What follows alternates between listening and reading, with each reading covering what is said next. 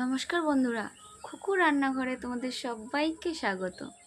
আশা করি সবাই খুব খুব ভালো আছো। তো আমি তোমাদের সামনে আবারও একটা রেসিপি নিয়ে হাজির হয়ে গেলাম। আজকে আমি বানাবো চিকেন মোমো। তো চিকেন মোমো বানানোর জন্য আমি এখানে কী নিয়ে নিয়েছি, এখানে আমি 400 গ্রাম মতো চিকেন নিয়ে নিয়েছি আর 200 গ্রাম পেঁয়াজ নিয়ে নিয়েছি। পেঁয়াজগুলোকে আমি আগে থেকেই খোসাটা ছাড়িয়ে ধুয়ে রেখে দিয়েছিলাম। এবার এগুলোকে আমি কুচি কুচি করে কেটে নেব।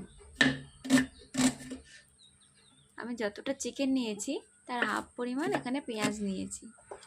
এবার পেঁয়াজগুলোকে আমি একটি বোলের মধ্যে তুলে নেব। এবার আমি চিকেনগুলোকেও একইভাবে কুচি কুচি করে কেটে নেব। তো আমার চিকেনগুলোও কাটা হয়ে গেছে। এবার আমি পেঁয়াজের বোলের মধ্যে চিকেনগুলোকেও দিয়ে দিচ্ছি। এবার আমি এর মধ্যে সব উপকরণগুলো একে একে দিয়ে দিচ্ছি।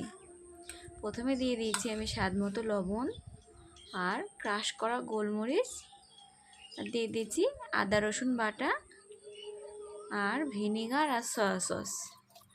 এটাকে আমি ভালো করে মেখে নেব, দিয়ে 1 ঘন্টার জন্য আমি ঢেকে রাখবো এটাকে। ততক্ষণে আমি ময়দাটা মেখে নেব। ময়দাটা অবশ্যই অল্প অল্প করে জল দিয়ে মাখতে হবে, একবারে জল দিয়ে মাখা যাবে না, তাহলে হয়তো এটা নরম হয়ে যেতেও পারে। তো এটা আমার ময়দাটা আমি একটা ডো বানিয়ে নিয়েছি। এই ডোটাকে আমি কিছুক্ষণের জন্য ঢেকে রাখবো। এটা ঢেকে রাখলে সফট হয়ে যাবে। ততক্ষণে আমি মোমোর জন্য চাটনিটা বানিয়ে নেব। তো চাটনি বানানোর জন্য এখানে আমি 2টো শুকনো লঙ্কা, 3টে রসুনের কোয়া আর ছোটো সাইজের টমেটো নিয়ে নিয়েছি।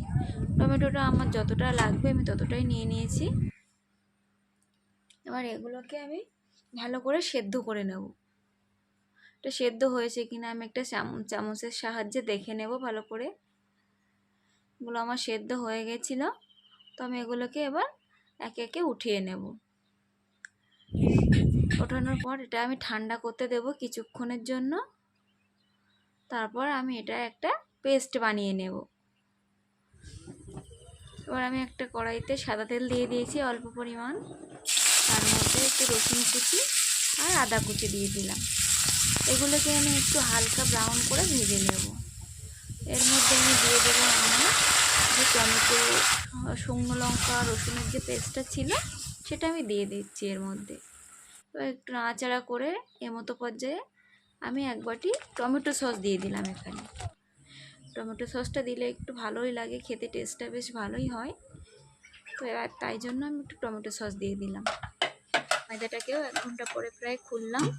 তো ময়দাটাও রেডি হয়ে গেছে, একটা একদম স্মুথ ডো তৈরি হয়ে গেছে। তো আমি এবার এগুলো থেকে ছোট ছোট লেচি আকারে কেটে নেব। তো আমার সবগুলো লেচি কেটে নেওয়া হয়ে গেছে। এবার আমি মোমোগুলো বানিয়ে নেব।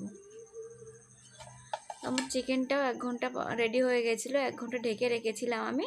আমার চিকেনটাও ততক্ষণে রেডি হয়ে গেছিলো। এবার আমি এগুলোকে মোমো শেপ দিয়ে নেব। এটা খুবই হালকা হাতে করতে হবে, নাহলে যে রুটিটার আমাদের ওটা ছিঁড়ে যাওয়ার ভয় থাকে। এটা খুব আস্তে আস্তে করে বানাতে হবে। আমি আবারও একটা মোমো বানিয়ে দেখিয়ে দিচ্ছি তোমাদের। ভিতরের পুরটাকে একটু চেপে চেপে দিতে হবে।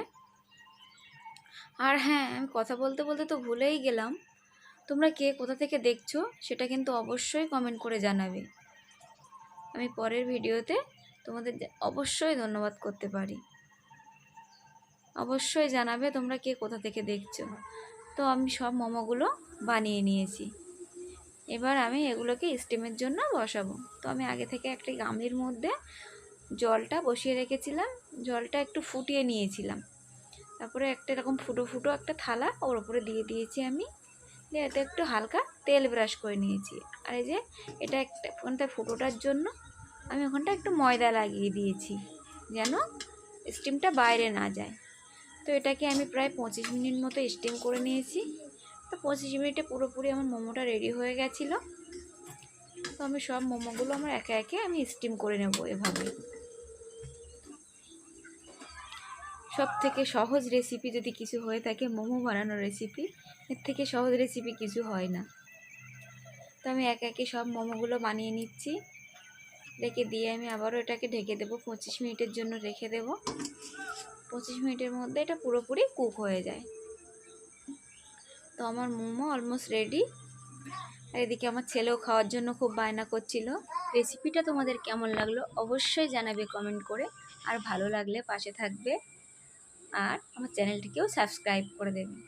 ধন্যবাদ।